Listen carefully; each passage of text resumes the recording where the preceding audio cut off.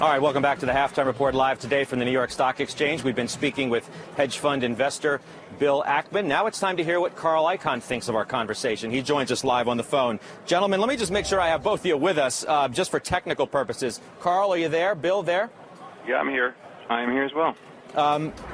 Carl, we've been speaking with Bill for the last several minutes following the accusations that you made yesterday, and he's essentially saying that you're a hypocrite, Carl, in your argument, that you've laid out short positions yourself publicly. How do you respond? Well, listen, I really sort of had it with this guy, Ackman.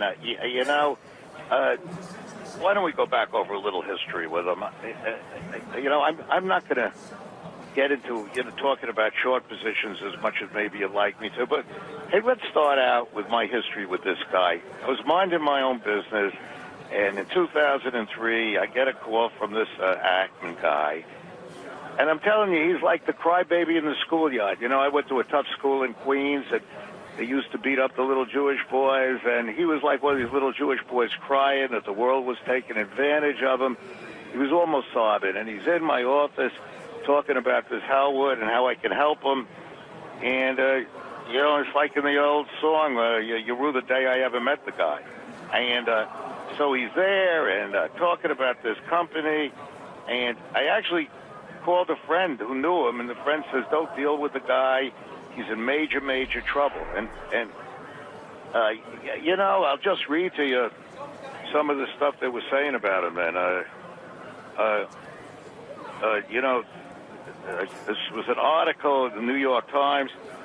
These guys had received, and I'm quoting, a mountain of requests for investments asking for their money back. They had suffered a devastating setback. And then, does this remind you of anything? This article says, Gotham's publications of upbeat research about one company, even as the fund was quietly selling its shares, looked very much like a classic pump-and-dump scheme. And then it goes on to say Elliot Spitzer, New York State Attorney General, had been investigating Gotham, its principals, and their activities. And then it goes on to say that this SEC is looking into them. And I got to admit to you, I really didn't read this, so I got involved with this Ackman guy, and it cost me money. Well, because it cost you money, Carl, because the court said that you reneged on an agreement that you guys had, right? And a court repeatedly said that.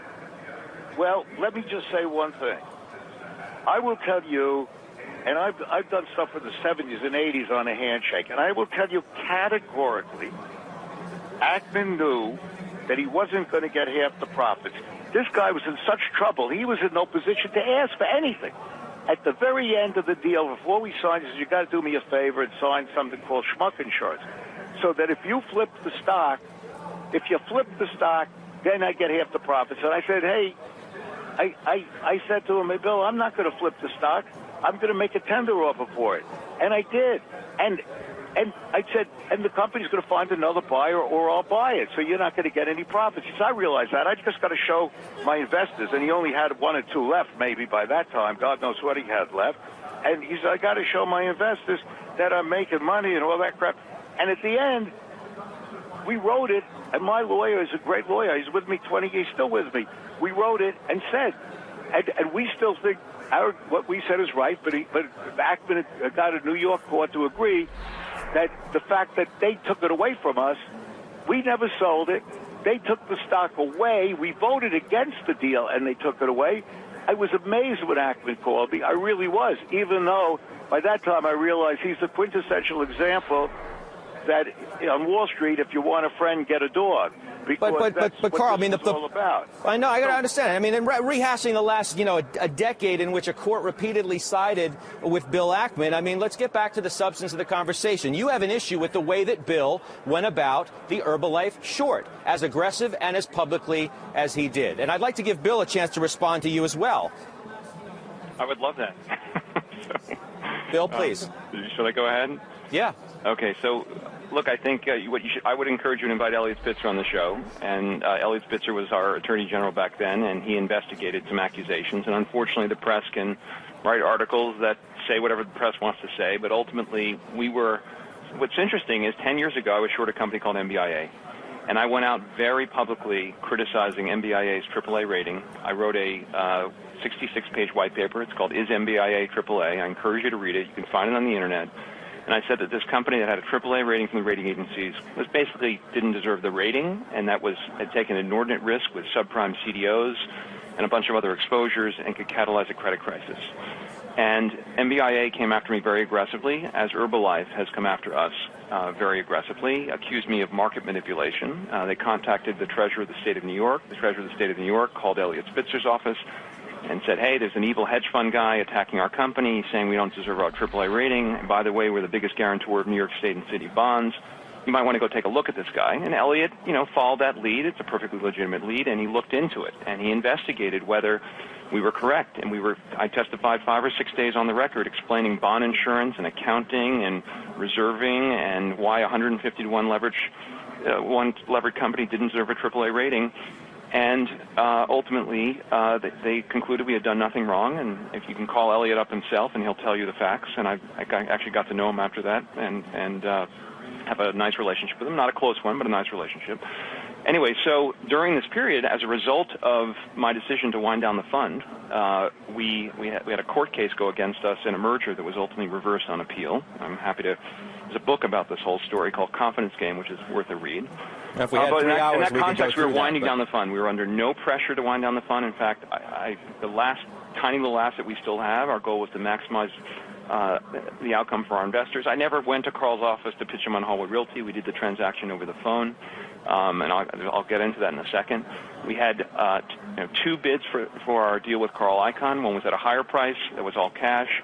I told Carl that I would do a deal with him. I had confidence he could extract the value in the company. It was worth more than twice the price it was trading for, and that's why Carl agreed to pay me $80 a share in cash, which was less than what we could have gotten selling. We could have sold the position for $90 to someone else, or $85. I don't remember the exact number.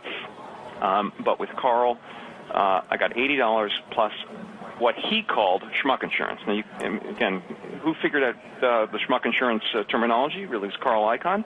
It was 50% of his profit if he sold in 3 years, and the risk to us was that Carl got the company. If Carl bid for the company and got it, we'd get nothing. But if someone else who had a lower cost of capital than Carl ended up with the company, then Carl would have to pay us as long as the deal happened in 3 years. And I thought he might just wait 3 years before making a bid, or just hold the thing up so we didn't get paid. That was the risk to us. Now, I was concerned about dealing with Carl Icahn because Carl Icahn, unfortunately, does not have a good reputation for being a handshake guy. And if you notice the agreement that was written, I insisted we keep it under 10 pages. There's a simple example in the agreement. You never see a lawyer. I told the lawyers I wanted to put an example, and they said, no, don't put an example in. We'll just use words. I said, we can use words, but I want to have an example. I want to make sure there's no confusion here. When Carl says this transaction was a merger, okay, what happened in this transaction is the company, Carl bid $100 a share for the company. The company hired Morgan Stanley to sell the company. Carl raised his bid to $120 a share, and the company made a deal to sell it to a REIT whose cost of capital is lower than Carl's. They got $136 a share for the company. And the transaction was structured as a cash-out merger. Stick with me because this is important, and Carl has been maligning my reputation, so it's very important that we get to the facts. All of this is provable in the courts. Okay, so let me just finish. And the transactions were cashed out in a cash-out merger. Okay, Carl got cash for his shares. He no longer has the shares, and very clear. Okay, Carl made all kinds of arguments saying he didn't do it voluntarily. That's true, but our agreement never said voluntarily. It said if he sold or otherwise transferred. Right. Why do we say sell or otherwise transferred? Because we wanted this to be the broadest possible reading so that Carl couldn't work his way around the agreement. I've got a few more points to make. Stick with me for one more second. Okay?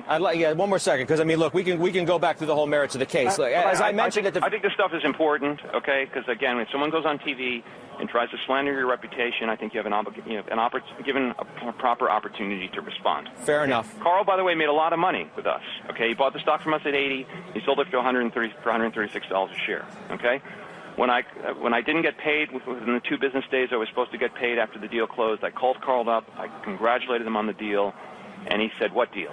And I explained it to him. He says, "No, I didn't agree to that." I said, "Carl, we have a 10-page agreement. It's a really simple agreement. I don't want, He said, "I'm not going to pay you." I said, "Well, then I'm going to have to sue you." And he says, "Go ahead, sue me. It won't survive summary judgment." I said, "Carl, we're going to get summary judgment." We did get summary judgment. You know what he said to me? He says, "Bill, you know what we're going to do? I'm going to sue you." Okay? And he threatened to sue me okay? And why did he threaten to sue me? Why was he doing what he was a bully, okay? I was not in a very good place in my business career. I was under investigation by Elliot Spitzer. I was winding down my fund. There was negative press about Gotham Partners at the time. I was short MBIA. They were very aggressively attacking me in the press. And Carl Icahn thought, you know what, this guy's roadkill on the hedge fund highway. I'm never going to have to worry about this kid again. He's not going to even have the resources to sue me. So I'm just not going to pay him. And by the way, the number of stories I have heard from bankers, from lawyers, from people he's transacted with where he's done similar kinds of things to take advantage of someone. Well, the fortunate thing in life is I told Carl I would go to the end of the earth to make sure he paid my investors. This was not my money. These were my investors' money, every penny that he owed me with interest. And I went to the end of the day. He tried to settle with me. He offered $10 million to my favorite charity over a dinner that we had at his favorite Italian restaurant. Hey, what's his name? The guy.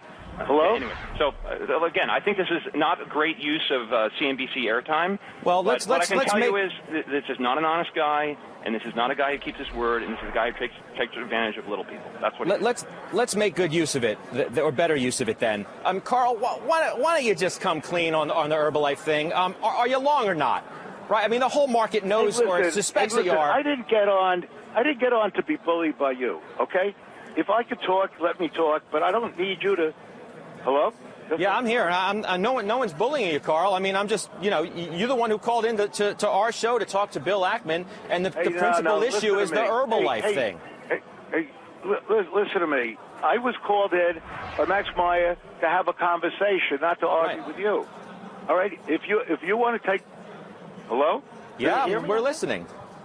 Well, if you're listening, let me talk. I want to say what I want to say, and I'm not going to talk about my Herbalife position because you want to bully me. All right? I'm not bullying you. I'm asking the question everybody wants to know, Carl. That's all. But you can make your statement. What you want to know. I'm going to talk about what I want to talk about. And if you want to take that position, I'll never go on CNBC, So you can say what the hell you want, but I'm going to tell you, I'm going to talk about what Ackman just said about me, not about Herbalife. And I'll talk about Herbalife when I want to, not when you ask me. Okay. And I'm never going on a show with you again. That's for damn sure, okay? So let's start with what I want to say. Ackman is a liar, okay? To begin with, I've lived my life from 1960s and 70s by handshakes. I almost lost my firm a few times by handshakes. Ackman does pump and dump. He's got one of the worst reputations on Wall Street. And I'm going to tell you, this Herbalife is a classic example of what he does. Let's look at Herbalife. Ackman was doing badly in 2012. He was down 2-3%. He probably woke up in the morning and said, let's see what company we can destroy and put out a bear raid on it. It's happened from the late 80s till now. And go do a bear raid, kill the stock, and now we can show our investors we made more money. And by the way, if we can mark these things and make more money, he says that he's not taking the profit, but that gives him a better rate of return for himself. Ackman has done that. If you read the articles about him, he's done it all his life. And I will swear to you, and we didn't make a lot of money on this crazy thing I did with him. We made $4 million, but I was incensed because I will tell you that without question, I will swear to it on any Bible you want that I had a verbal agreement with him that he was not going to get any piece of the money. And at the end, he was, as he said, he was in major, major trouble. And he's basically lying. He was in major trouble. And he said, look, I'm not going to take any of the profits, but there's one thing I will do. I don't want you just flipping the stock in a couple of weeks, a couple of months, or whatever it was. And therefore, put that in. We didn't flip the stock. The agreement, we thought, unfortunately, said that it only applies to flipping the stock. And unfortunately, the agreement wasn't well written. My lawyer's a great lawyer, but this one was missed. So we go into that. And I'll tell you something. As far as I'm concerned, he wanted to have dinner once with me. I had dinner with him, and I got to tell you, I left. I couldn't figure out if he was the most sanctimonious guy I ever met in my life or the most arrogant. And that's Ackman. And that's the last time I met with the guy. I don't want to meet with, oh, yeah. And when it comes to friends, he called me and said, hey, I'd like, if we were friends, we could make a lot of money investing together. And I knew that even if I wasn't friends, I never would invest with this guy because I tell you, the guy takes inordinate risks. Carl, let me, if I may. What the hell I want to say? You let Ackman talk, so let me talk. You've been talking. Okay, you can continue. Okay, thank you. And I will tell you, that Ackman takes an inordinate risk. He goes short 20% of a company, goes out there, and I'll tell you, this could be the mother of all short squeezes. And I'm going to tell you this, that one day, if somebody tenders for this company and wants all their stock back, what's Ackman going to do? He's going to be just, history repeats itself. He'll be back where he was in 2003 with all the guys redeeming. And where is he going to get the money in the stock for that? But that's not even my issue. I don't have an investment with Ackman. I wouldn't have an investment with Ackman if you paid me to do it, if Ackman paid me to do it. And Ackman's reputation is second to none. Nobody, as far as I was concerned, I made a huge mistake getting involved with him. And what is even worse, that after he even won, after he won, he planted some article in the New York Times, pounded his chest and telling the world how great he was. And, as far as I'm concerned, the guy is a major loser. Disraeli once said about somebody that spoke in the parliament, a young guy spoke in the parliament, young man, I'd be happy if I could be assured of one thing in my life, is you are sure of everything. If you ever listen to Ackman, he'll tell you what to do, how to do it, where to go. I was dizzy after having dinner with him. Here's where Carl? You should give your money, what you should do. Okay, listen, it's stupid to keep going over it, but I will tell you one day that I think HALF could be the mother of all short squeezes. That's not me saying it. But Ackman did it. Look at the timing. Ackman did it with a week to go or a month to go before he had to show in his results. His results were bad for 2012, and this got his results up double, so he could get fees for himself. And then he talks about charity. That's complete bull. He's not giving it to charity. His limited partners aren't going to give it to charity, as assuming they don't need charity themselves. Now, that's Carl, what I'll say about Ackman, okay? Let me remind you that we are on live television, so that was an interesting choice of words. But let me do this. I mean, and the guys on the trading floor down here at the New York Stock Exchange clearly appreciated it well. Just address a few specific things because can I just say a couple of things and we'll move on? All right, the last thing, just to clear the record, okay? So Pershing Square was not having a bad year in 2012, and Herbalife did not double our returns. Okay, so it's just false. I can't hear what you said, Bill. I'm sorry, I can't hear you. Carl, you and I can talk offline. We're wasting the world's time on this thing. Okay, so I think that Carl either has a very, very bad memory or he has trouble with the truth. We have because we didn't make a verbal agreement on Hallwood, we made a written one. He's got very good lawyers, as he says. Just read the agreement. The agreement we put on the web, it's a 10-page agreement. Carl can say what he wants today about what he thought he said back then, but this was much more important to me than it was to Carl. And obviously, we read the agreement. Carl's a big boy. He signed the agreement, and then we had several courts conclude that we were right, and he held us up as long as he could. The big issue about Carl Icahn is he's not used to someone standing up to him, and particularly a little guy like me in 2003 who was in a difficult spot. And by the way, we did nothing wrong, but we criticized a big public company, and they had more resources than we did. They made our life very miserable. We were investigated.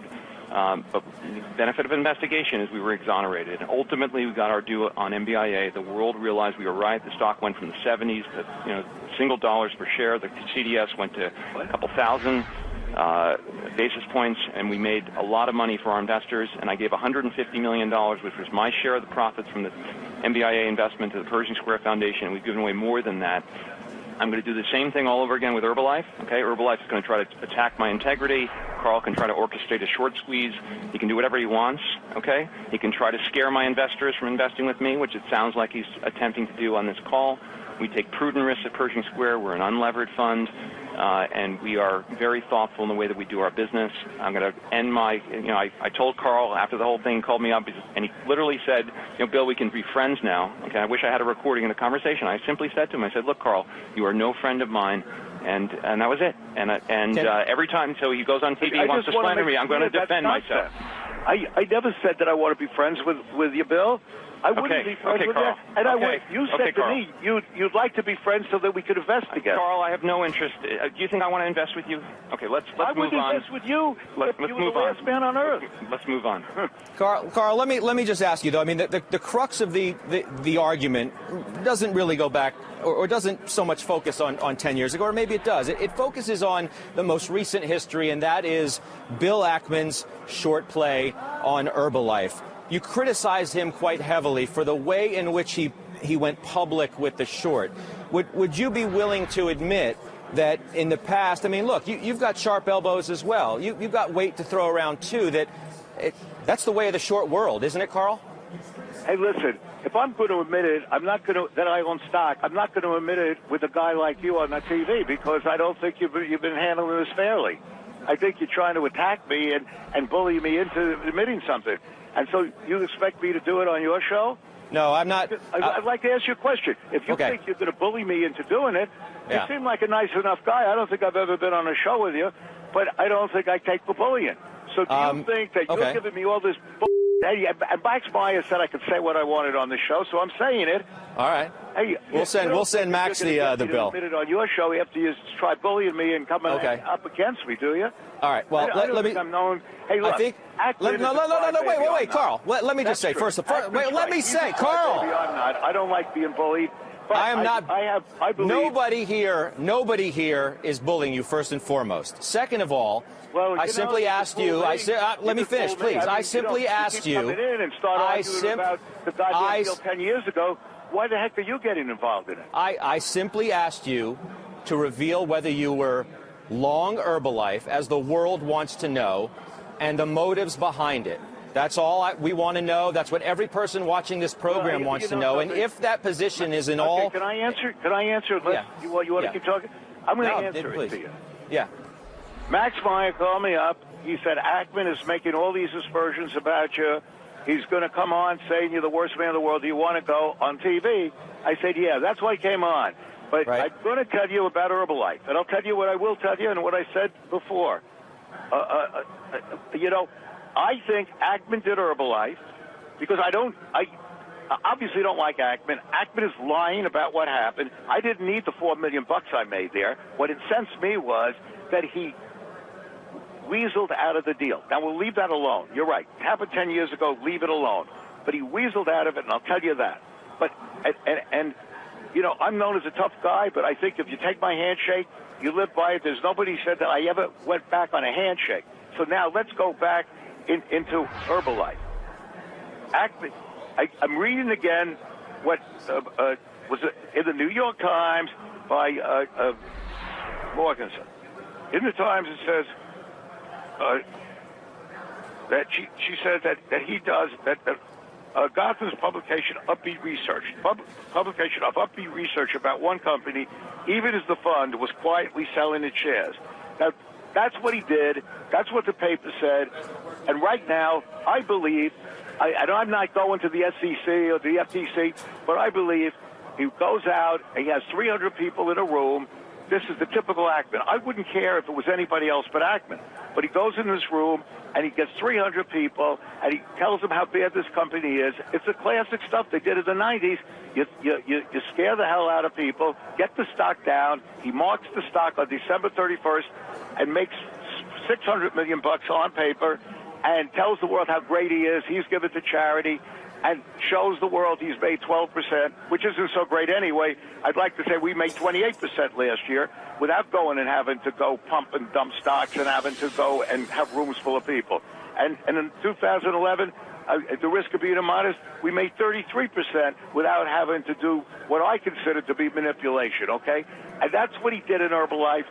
And if it wasn't Ackman, I wouldn't give it, I'm not here to change the world, but this is what he did. He got a bunch of innocent investors, retirees. They're going to lose their money, so Ackman could show a good record at the end of the year. And, by the way, took an inordinate risk because in a company like Herbalife, you can ask almost any pro, you don't go 20%, but what the hell? He's not risking his money. He's risking his investors' money.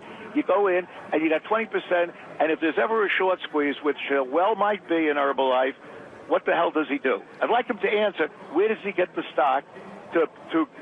when they call back all the stock. Let's say there's a tender offer for Herbalife, and they call back the stock. And if you know Wall Street, when there's a tender offer, everybody calls back the stock you borrowed.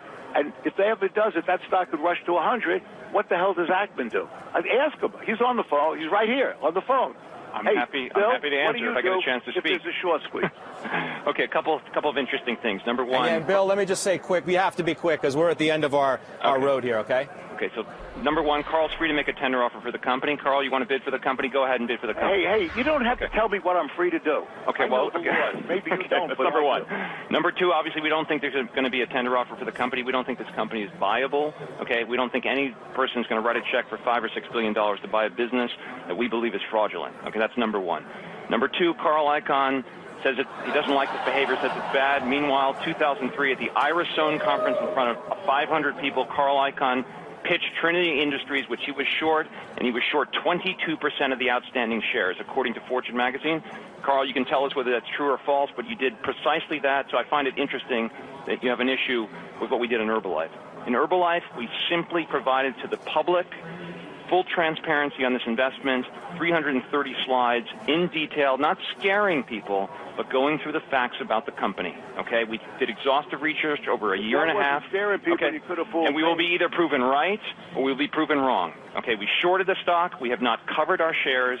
We believe in what and we have more to come, by the way. So we have some questions that the company has given us the opportunity to ask, and we will have responses for every issue they raised in their responsive presentation to us. And what I thank Carl for is he certainly helped highlight Herbalife and the issues at Herbalife. And my guess is that Carl bought Herbalife if he did, because that's what someone at his shop leaked to the press, and he flipped it out when the stock went up, and he made a good trade. Congratulations on a good trade. I don't believe there's any real investor who can own this business long term, because we believe it's a pyramid scheme. We believe we can prove that to a high degree of certainty. Right. Hey, I appreciate, Bill, that you called me a great investor. I thank you for that. Unfortunately, I can't say the same for you. But I'd like to ask you, congratulations on what good trade. I sort of missed that. Guys, we're gonna end it there. Bill, I so much appreciate you coming on today. Carl, I hope you'll come back. That's all I can say. It was a good conversation, and it wasn't anybody's. I hear that. I didn't hear you tell me that you appreciated me coming on. Well, I think it was obviously meant there when I said I hope you'll come back, right? I mean, all right. All right, thanks very much. I appreciate it, and have a good day. Okay. All right. Bill Ackman, Carl Icahn. We'll go to break, and then Power Lunch.